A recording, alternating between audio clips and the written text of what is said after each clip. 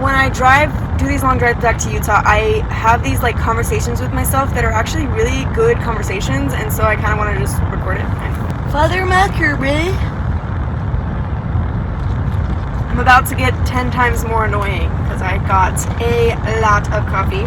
Sorry if this camera angle is shizzy. What if I just got in a car accident on camera? I'm about to get a lot more annoying because I got an extra shot of espresso in my coffee. Put your seatbelt on, Amanda. You know what? I kind of want to take my jacket off. Can I take my jacket off? Is that okay with you guys? Are you guys cool? I was like so ready for the snow in Utah, but there's no snow in this part of Utah, so. Let's just like pretend that we're on a little trip together. You and I. You're getting annoyed at me because I'm talking too much. I want on my channel to be like videos that I enjoy making, and I'm not saying I don't enjoy my content, but I get very drained because it's so much like talking about the order and like trauma and people's real stories, and then it triggers my trauma from my story, you know? I'll still do that. Like, I totally want to continue interviewing people, and like people have reached out to share their stories, and I'm never gonna, you know, take that from them. But I have been very, very drained emotionally and mentally, physically, from especially the ending of last year. I was like constantly editing all of these videos where it was like about really like deep, dark stuff. So this year, sorry, I feel weird that you guys can't like see my eyes. Is that? But like I feel like it's either this, like making lighter content here and there, on top of also having the interviews. Either this or like I'm gonna burn out and we're not gonna be able to have like any videos. Because it's one thing to go do the interview and talk about it, right?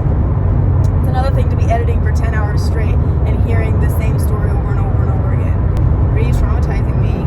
But now that I've been going to therapy and stuff, I realize like how it has been affecting me. And it's kind of like when I was on the show, Escaping Polygamy, I was really young in the beginning, and I would go into these interviews, and like you'll see on the show, like I'll be sitting in like a hotel room, and we'll be talking about like discussing things that happened in my past, or like an escape that we're working on. Sometimes I would be filming for, even with escapes too, I would be filming for hours and hours at a time, and I didn't realize I was getting emotionally exhausted. I didn't know even what that term meant back then, but I would get off from recording for hours and go home, and I would just lay down, and I wasn't like physically tired, like I wasn't sleepy, but I was like mentally tired from the whole thing.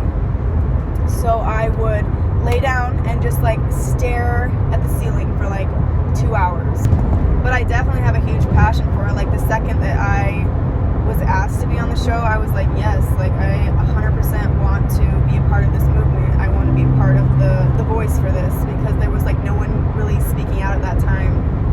There's very few stories that were public. So definitely don't regret it. Would do it all over again. But I've learned over the years like how to manage that like emotionally draining, like taxing, like when I'm getting to that point where I'm gonna like just shut down. You're gonna be seeing more like videos like this, probably like once or twice a month, and then you'll still see like my interviews and the stories and stuff like that, just to like balance it out for me and to keep YouTube fun for me, you know, because once it starts feeling like it did like last year, towards the end of last year, it felt like such a job and such a chore, and I was like, if I keep at this, I'm not going to want to do this anymore. So if I incorporate fun things here and there, and like videos that are really fun to edit, you guys understand, right? I feel like this shirt's like way too small. It like fit, and then I put it through the dryer, and now it looks like a baby's shirt that I tried to put on. Again, I moved from Utah last year. A lot of stuff happened last year, and I'm working on a video on like talking about everything that happened last year. But I moved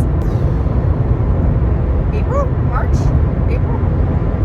I moved out of Utah. Like I was just so done. I had to get out. I read this statistic online that said that like 80% of people do not leave the own hometown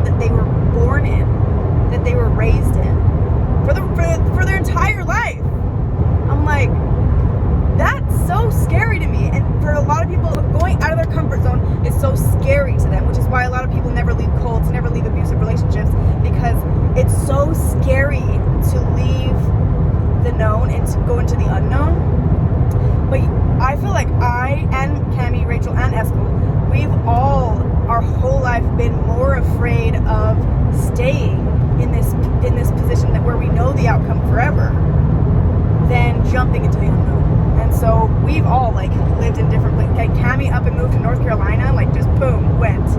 And like didn't know anyone there. Like she that's the great thing. I talk about all the struggles of leaving the order, leaving a cult, not knowing anyone on the outside. But there are a lot of like great things about being in that situation. So yeah, it was really traumatic to lose all my whole family overnight, to lose everything I'd ever known, not know what I believed in anymore, not even know how to like socialize. But I feel like because I did that and I figured out how to overcome that, I feel like I can really conquer anything in that aspect. Like I can move anywhere and be fine. And I have been. I've been fine in any state. I've lived in hotels. I've lived in like, I've felt, I don't even know how to explain it, like a chameleon a little bit. Like I can change with the environment if I need to. I can move if I need to. I can adapt. And I think it's because I had to when I left the order. I did not have a choice to fail. Failure was not an option, right? I couldn't fail and go back. I would have rather be, I said this on the show, on Escape Polygamy, rather be homeless than go back to the order. You have to learn how to adapt. And I see a lot of people out in the outside world, in the real world, where they always can rely on their mom and dad. And sometimes I get so jealous of that. And I've definitely had moments where I've cried seeing how much the moms and dads out here do for their kids and are like there for their kids. But I've also seen where they're too much for their kids, and it coddles them to the point where they're like adult children. They don't know how to adapt. I would definitely rather be where I'm at than, really coddled.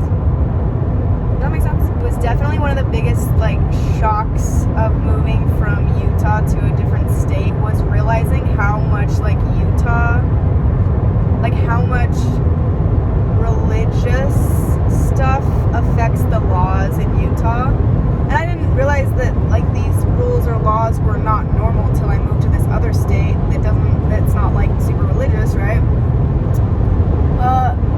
Utah doesn't have like liquor in any of the Walmarts or any of the Smiths. They have like beer. And it's because I think it's against the law. I should research this.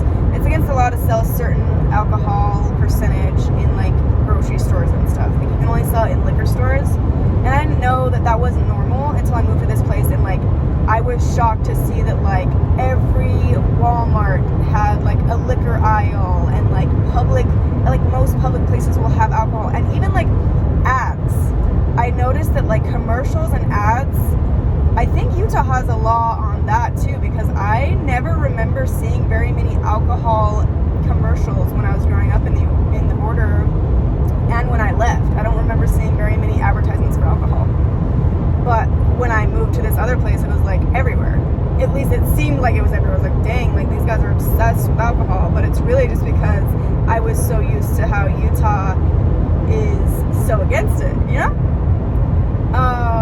And then of course, like gambling, like Utah is very anti-gambling. It's against the law. So a lot of us would go to, if you're from Utah, you'll know of Wendover. You can like get on, I think it's called the Fun Bus. You can get on this Fun Bus and it takes you to Wendover, which is just across the border. And there is all of these casinos, like the Rainbow and then the Golden Nugget and the Peppermill. And I have so many memories of going there with my mom and dad. And so what they would do is they would get like the free room. And they had like 10 kids, right? So they would get the free room. They would go check in and pretend that it was just them two checking in. And then they would sneak us in around the back of the hotel. And we would like go up to the one room with 2 queen beds for 10 kids. And I remember, and to some people, when I tell this story to like outsiders, they're like, that's sad. But to me, it's like, that was like, I felt like I was living the life when I got to do that as a kid. Even though I was like sleeping on the freaking, what are those called? Like the ottoman at the foot of the bed that I can't even fit my whole body on. And my mom and dad's feet are like in my face. I thought, yep, this is the life. I think I mentioned this in a video before where I talked about how when I left the order, like silence bothered me so much. Like hearing nothing in my own house made because I was so used to having the noise of kids everywhere and like someone to talk to right next door or even in the bed next to me because we would share rooms a lot. So it may sound like such a taxing vacation to have 10 kids in a van driving 2 hours and then getting to the hotel and then squishing each other. It was so fun. It was so fun. Just imagine having like 9 friends just going on a road trip and going swimming, hanging out, you know? I feel like my mom really did raise us in a way where she really promoted us to love each other and not fight each other. I know other moms in the order would be like, if the boys like were fighting each other, then the mom would just be like, well, take it outside. I feel like I have to give a lot of credit to my mom because she was always like, it was like uncalled for us to ever raise our hand against each other. And even like arguing and fighting, like she would always be like, you're gonna need your sibling one day, like you're gonna need your brother Eskel to like help you build a house. I remember her saying, what if one day you need help building a home or fixing your fence when you have kids and you need Eskel to help you, like you're gonna want to be on good terms. And I was like, I remember as a kid being like, what? I mean, obviously having 9 kids in a house, like yeah, there's gonna be fighting, there's gonna be, you know, especially when we were babysitting and mom's not there, like there was gonna be a lot of chaos. But I feel like most of my memories are of us getting along pretty well, at least with my mom's family. There was jealousy and stuff with the first wife. We weren't even close with the third wife's family because my mom, like I think I've said this before, like, and I'm just gonna say it, my mom did not like the third wife. She didn't want my dad to marry her, and she was really upset about it. I did not have a relationship with the third wife's kids, really. Some of these polygamous shows where they like paint polygamy to be like all of the wives love each other and there's no jealousy, like no, that's not true. There, in most every scenario, there is a favorite wife or a wife that gets like more attention. There is jealousy. I feel like so much insecurity for the women because they are constantly, without even realizing it, they're comparing themselves to the other wives. Just think of like you as a woman, if you're a woman watching this, or if you as a man, if you're a man watching this, how much you compare yourself to just random people in the world. An Instagram influencer that you want to have his abs, or your next door neighbor who she's always going to the gym and she looks great. You compare yourself to these people. I do it too. Imagine having your husband or boyfriend or girlfriend or whatever be with some other person that you might think is prettier than you or skinnier than you, or you know, there's just this like endless competition between the wives who can be the favorite.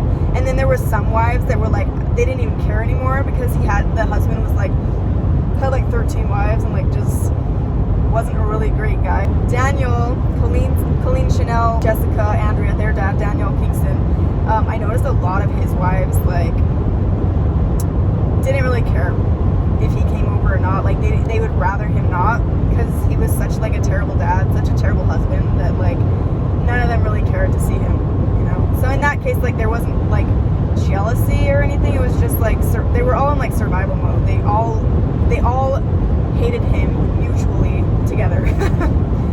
Except for he did have a favorite. Colleen told me that Daniel does have a favorite wife, and I'm sure that family like has a different story about him. But I definitely saw competition in my own the like sister wives in my dad's family. Also, I've talked about this before, but men who love seeing their wives fight and like get jealous, like they got off on it, they just loved it. So they would like purposefully do things to make them jealous so that like they could watch it unravel. So yeah, I have yet to see a healthy polygamous relationship. So if the order is like heaven on earth, this is what they would say in the cult.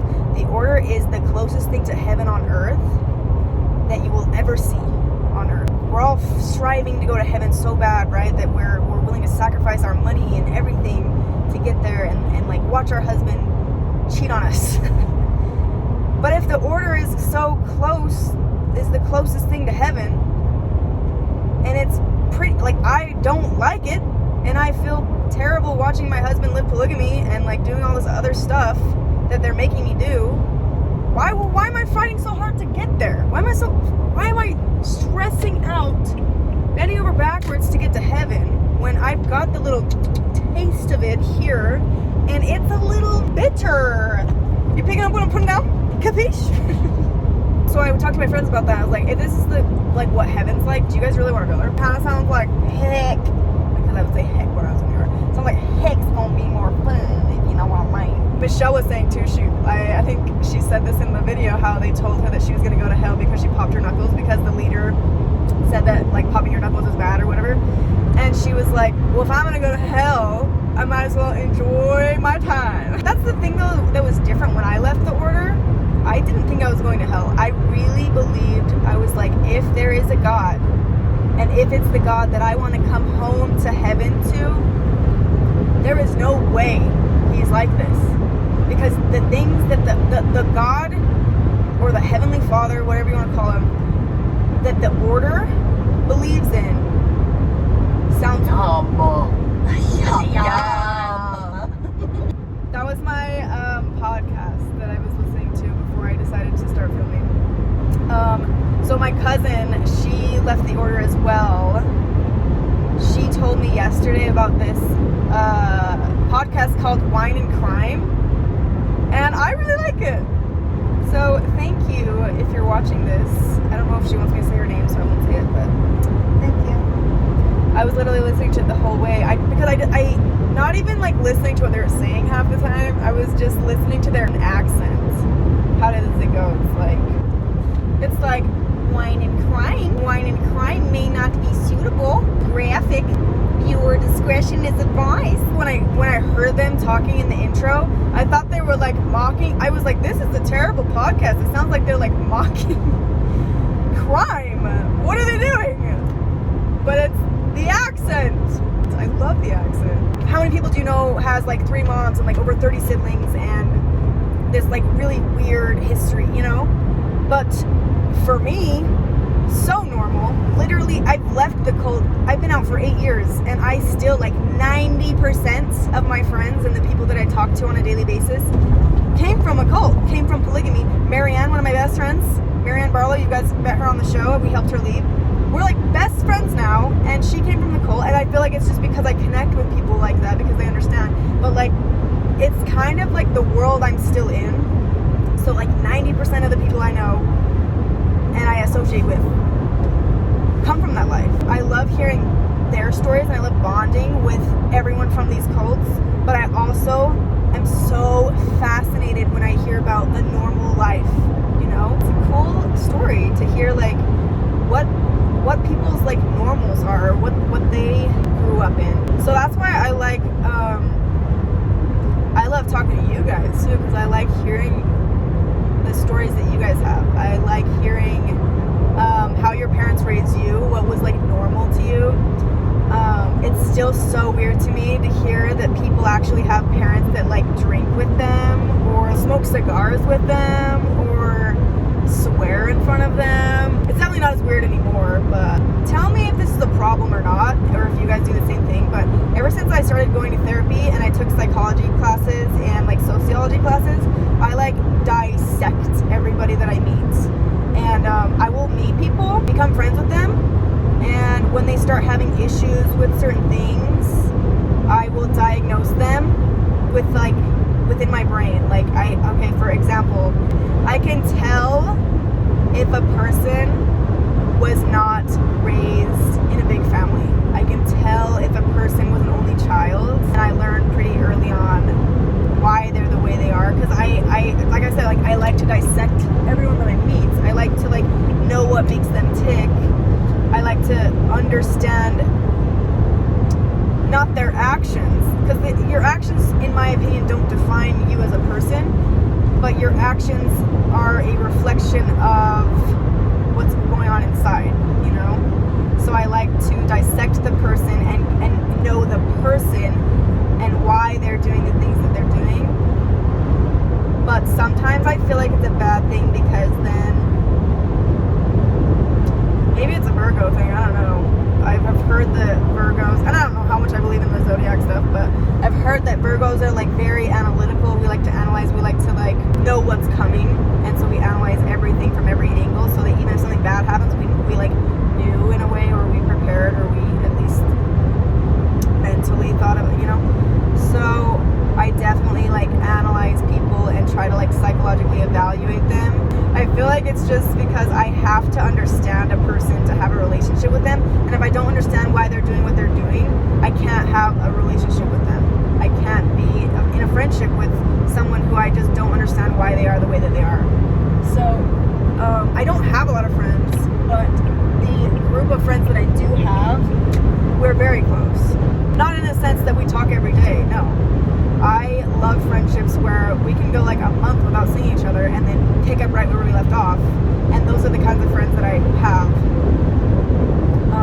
Tessa, for instance, like Tessa, we have gone months without seeing each other. And stop! Why are you chasing me?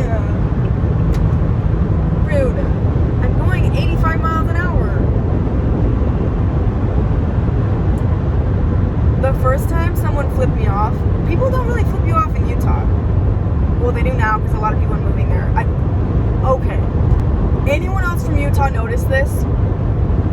The driving in Utah has gone insane since people started moving to Utah. Like, I remember back in the day, I sound like an old lady, like everyone was from Utah in Utah, and so everyone like knew how to like Utah drivers are pretty polite, and like they'll let you get over, and like that's how it's always been. And now whenever I go back to Utah, I'm like, oh my gosh, like that person must not be from Utah. And then I'll look at the license plate, nope, like Texas or California or Tennessee, you know. And it's like, it's fine, people can move there and stuff, but man, you guys should I feel as though even me moving to a different state, I should take a course on how drivers drive there, or like research it, because I've seen so many accidents in the past few years. I've never in my life seen a 4-car lineup in Utah, and I lived there my whole life. I was at Liberty Park and I saw a 4-car lineup, and that's just so weird to me. I think it's just when you get people from different places all over the country trying to drive the way that they're used to driving in the places they're from, it just doesn't work.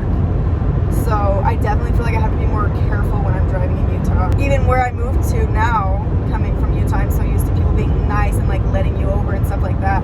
They do not do that where I moved to. Like, people, I really appreciate, now that I've been out of Utah, I appreciate how considerate Utahns are. Like, I didn't even realize it until I moved. Maybe I should appreciate that this new city that I live in, how people are so like in your face because they're so open and honest, I guess. I don't know. I'm just gonna, anyways, 2 weeks. I was in this new town for 2 weeks, and this girl, legit, so I was in the wrong, I accidentally cut them off, and this girl in the back seat tries to throw her drink at my car, and her like boyfriend's like holding her back, and I was like, never in my life have I had witnessed road rage like that. People in Utah are like, maybe like they all have such big families and so many kids, and they're all religious, so it's like they don't want to deal with that because they have a life to live, you know. But yeah, I feel like the city that I live in is like, I got time. Everybody that is driving in the city is like, I got time today. So yeah, I do appreciate that people in Utah are considerate. It's just interesting though how like you can be living in the same country and have completely different experiences, you know, and there's completely different laws. I'm really excited to see Marianne. I have like a list of people that I try to see when I come here. Sometimes I don't get to see them all, but it's like so refreshing to see Marianne. She's so cute. We both got each other the same Christmas present. I feel like we do every year. It's always like something coffee based. She got me a gift card to Dutch Brothers, because we go to Dutch Brothers a lot together. We just do Dutch Brothers dates. Do adults do gifts? I'm trying to think if I know of like any other groups of people on the outside that like exchange presents. I feel like I just have always done that ever since I was a child. I kind of feel like me and you guys, we're all just like sitting in the car together chilling. But you guys are not talking. I need to see my therapist. I haven't seen her in a little while. And I noticed that like when I go too long without seeing my therapist, I have a hard time like just like understanding my emotion, my thoughts, my like processing. Because I remember when she was like, "You're doing really well. Do you wanna, instead of coming once a week, do you wanna go like twice a month?" And I was like, "No," because the only reason I'm doing well is because of this. So why are you breaking up with me? My tire's flat. Have you guys seen that meme where it shows this little girl trying to put vegetable oil in the car and the like oil in the engine or whatever? That was me. My dad like didn't teach me. It's so weird. He didn't teach any of us how to like check the oil or change the oil or like put oil in the car. And Cammy and me, we like ruined cars because we didn't know that and we were so young and he never taught us, and like multiple times, and he like would just laugh at us like we were stupid, but it's like, you didn't teach us that. Like, how are we supposed to know? I had like everything I learned with my car was like pretty much nothing. I know how to change the oil. If I had to, I could do it. Like, I did it. Esco taught me that one. I remember when I first started going to public school, I thought it was so weird that the teachers were called Mr. and Mrs. I like never heard that term. Because like in the order, it's like brother and sister. Even the teachers, like when I was a teacher, they called me Sister Amanda. I don't think I ever called people Mr. or Mrs. Also, why is there only one Mr. and then there's like 50 Mrs.? It's like you're defined by if you're single or not. It's like, shut up. Did you guys ever watch Drew Monson on YouTube? Right now, he's like my favorite. I like to like put him on in the background and like be cleaning my room or something like that. And it feels like I have a friend that's like talking to me. And I like his sense of humor. He's funny. I also really love Samantha Joe. Samantha Joe is like, I discovered her last year when I was kind of going through a hard time, and like watching her videos just like, I don't know. I really hope that my videos do that for someone, like what I get out of kind of like the comforts. I hope that I can comfort you guys. I keep feeling like saying comfrey. Comfrey. I do not want to comfrey you guys. Don't eat comfrey. For any board members watching this, don't eat it! Oh my gosh, please stop! Don't touch it! Don't even look at it! I can't get mad at them for being that way because I drink that comfrey every day too. And I drink all those lies like there was no tomorrow, licking my fingers like I'm going to heaven. At some point you have to have a free thought, you know, you have to start like wondering. And I feel like they all do. They're just so afraid. There's so much fear. Man, I hope it's not too loud and that you guys can actually hear anything that I'm saying. Can you even hear me? Frick. I don't know. Frick? I don't even say frick. I feel like as soon as I cross the border, I'm like talking like I used to talk. Frick. I always thought that was an order thing, but I think that's a Utah thing. Frick? Ah, frick. I also heard someone say they'd never heard anyone say cuss or ornery. So since I've moved out of Utah, people are like, what? Like they're telling me how weird I talk, I guess. And apparently we have accents in Utah, and I don't feel like we do. And they were saying like they'd never heard the word ornery until they met me. And I'm like, is that a Utah thing? Or is that like an order thing? And finding things out about myself that I don't know where they came from. Why am I that way? Why am I the way that I am? See, like the whole diagnosing people, I do that to myself all the time. I'm diagnosing myself, dissecting myself. Like, am I doing this because of some trauma in my past? Or am I doing this because I'm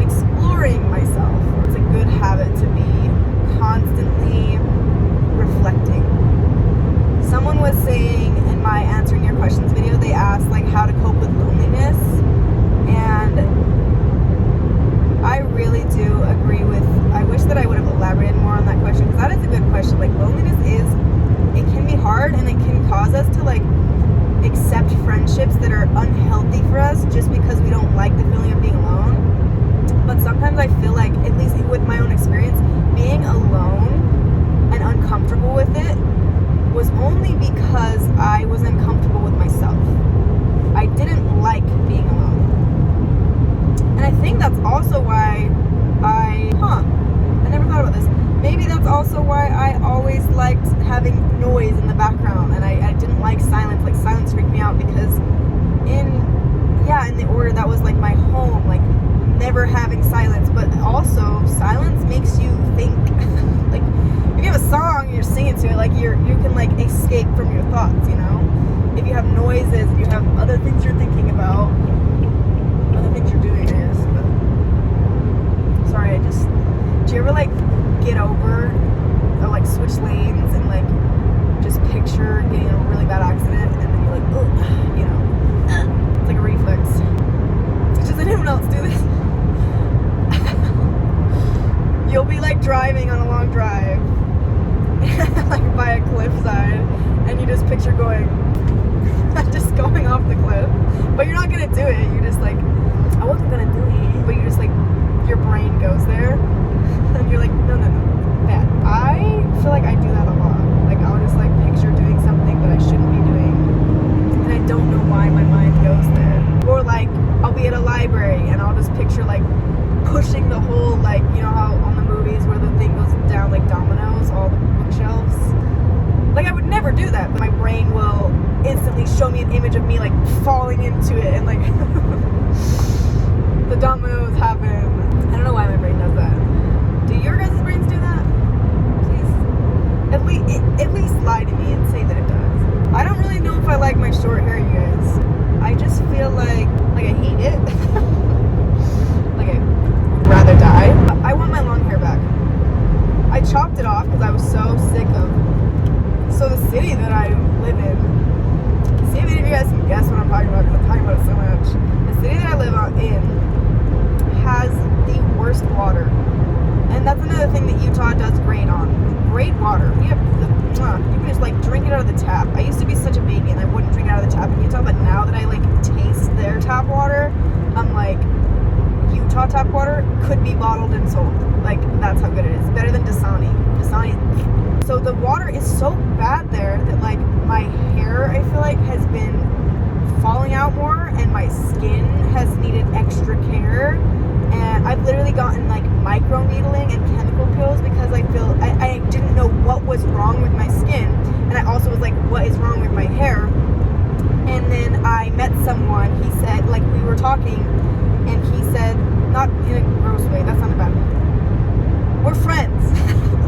We're friends. Why do I care? Anyways, I was in a conversation with this guy that just had moved as well, but moved from Arkansas. And he said that his skin had never been so bad, and he was trying to figure out why, and that he had a friend too that was getting like eczema. He thought it was eczema, and they like diagnosed it as eczema, and he had to get like ointments and creams and like prescriptions for it. And then they found out it was because of the water. Because when they would travel back to Arkansas, or they would travel away from the city, then the eczema would clear up, and their skin was better. So it's like, wow. Anyway, so I didn't know why my hair was like so unhealthy. It looked so gross all the time, and then my skin too. I was like, why am I getting uglier? Like, I need to either get a water softener, shave my head, or move again. I was so sick of how my hair looked and like how thin it was getting that I just chopped it off. And it didn't look good. It was like a straight cut. It looked kind of like Cusco from Emperor's New Groove. It was like, it's just straight across. So I had to go back to Utah to my hairdresser. I've been going to the same hairdresser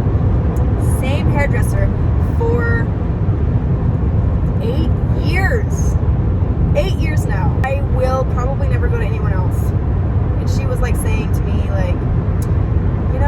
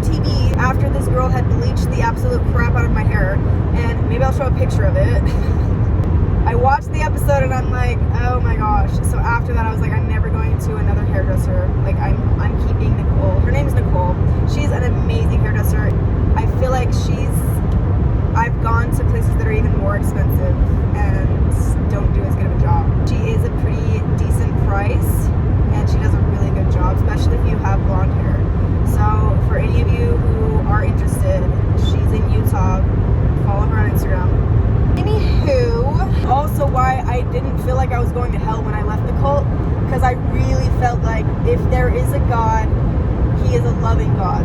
He, she, they, whatever, the higher power is a loving God. And if there's this whole story that they tell us about God having a bunch of children and he loves them so much, I try to picture and put myself in his shoes. If I had a bunch of children that I loved so much and I wanted them to return to me in heaven and come home, I wouldn't make it so difficult. You know? Like, he doesn't really want us there then. If there's only, like, we were talking about this in my live, if there's only a certain amount of people who get the tickets to heaven, the order believes in that, like the numbered men are the ones that are the righteous ones that get the tickets to heaven, and there's only so many. There's like Jehovah's Witness, I think, believe in this too. It's like 144,000 or 444,000. I don't even know. Somewhere in the Bible, I don't understand. Look it up. If there's only 400 and something thousand people that are going to make it into heaven to be with God, he doesn't want us there. He's like my mom.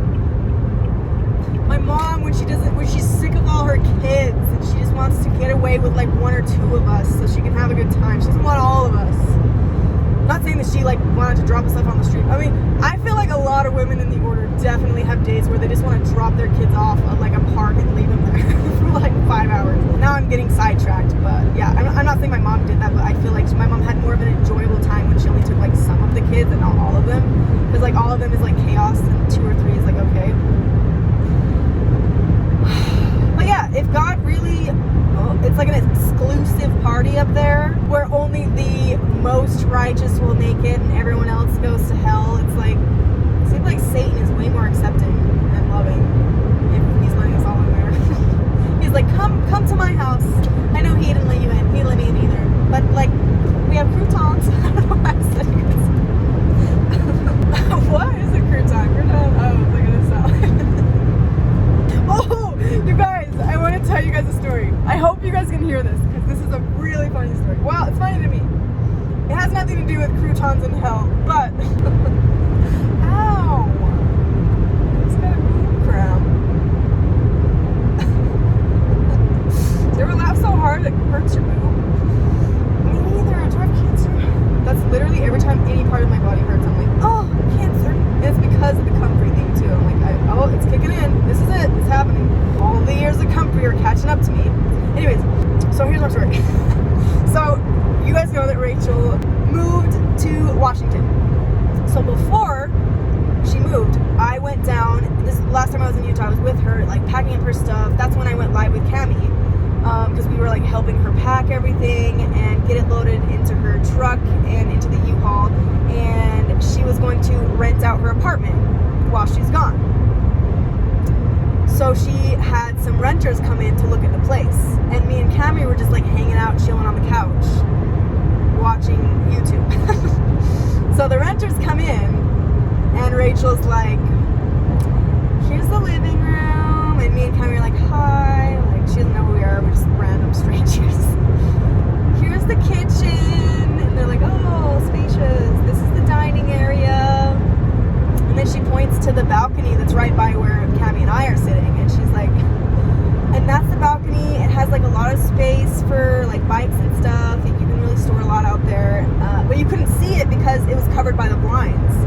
You know, the like push blinds that you have to, they're like ridiculous. Anyway, Cami gets up trying to be a good Samaritan. She gets up to try to like move the blinds so that you can see everything and be a good sister. So as she's like opening the curtain to show these renters this spacious balcony, the whole handle breaks off in her hand. And I watch her as she's trying to decide if she should acknowledge that she just broke it or if she's gonna like hide it. Like I watched her make the quick decision in her brain, and everyone is like silent, like watching her as she has the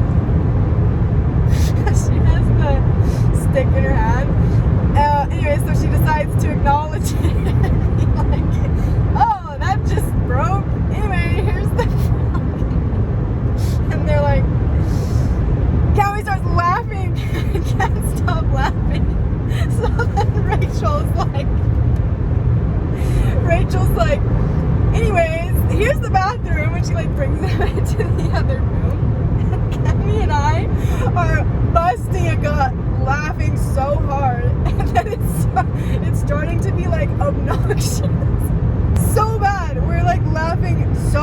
anxious, and they're only one.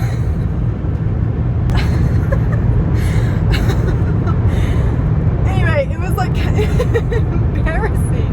It's like laughing like this, like can't even control it. It was embarrassing how much we were laughing. So I opened the balcony and like pushed Cami out there and we closed it together, and we just started laughing so hard for like a full minute. Anyways, so they didn't rent from her. She lost those renters. Rachel, if you're watching this, we're sorry. We're so sorry. They're probably like, what is wrong with these girls? They don't even know who we are. They don't know that we're sisters. They're just like, what? Are they high? I thought it was so funny. Anyways, if anyone's looking for a place to rent in Utah, the broken handle on the blinds, easy fix. It was like that when we moved in, but easy fix. I have to pee, so I'm probably gonna stop and get gas and then go pee. But this has been long. I've literally been filming this for 2 hours. A lot of editing that's gonna have to be done. I guess I'm gonna let you guys go. Call me back when you can, or text me, whatever. I did want to thank you guys again for buying my mugs and supporting me so much, and that, like, you guys have been so nice throughout my journey, and you've made it so easy to like grow as a person, and like have social media be a healthy thing, which is like weird, right? So everyone talks about social media being like mentally unhealthy, but like you guys have given me such a good, healthy community. I just really appreciate the type of positive community that you guys have given me, and it's so different than the community I came from. And I just wanted to say thank you, and thank you so much for supporting me and my mystery art and my Just Culty Teens mugs, and for joining me on my on my Culty cup of coffee, asking the questions that you've asked, and challenging me to be a better person too. And like, I could go on and on for the things that you guys, you know how I was listing off all of my best friends that have made me the person that I am today. You guys have too. You guys, whether you believe it or not, have really helped shape me into the person that I am today because of the communications that we've had. I DM a lot of you guys. The talks that we've had even on our Sunday sit-downs called a cup of coffee. Like, a lot of you guys too, I've talked to and had a relationship with for years. I wanted to let you guys know how much I appreciate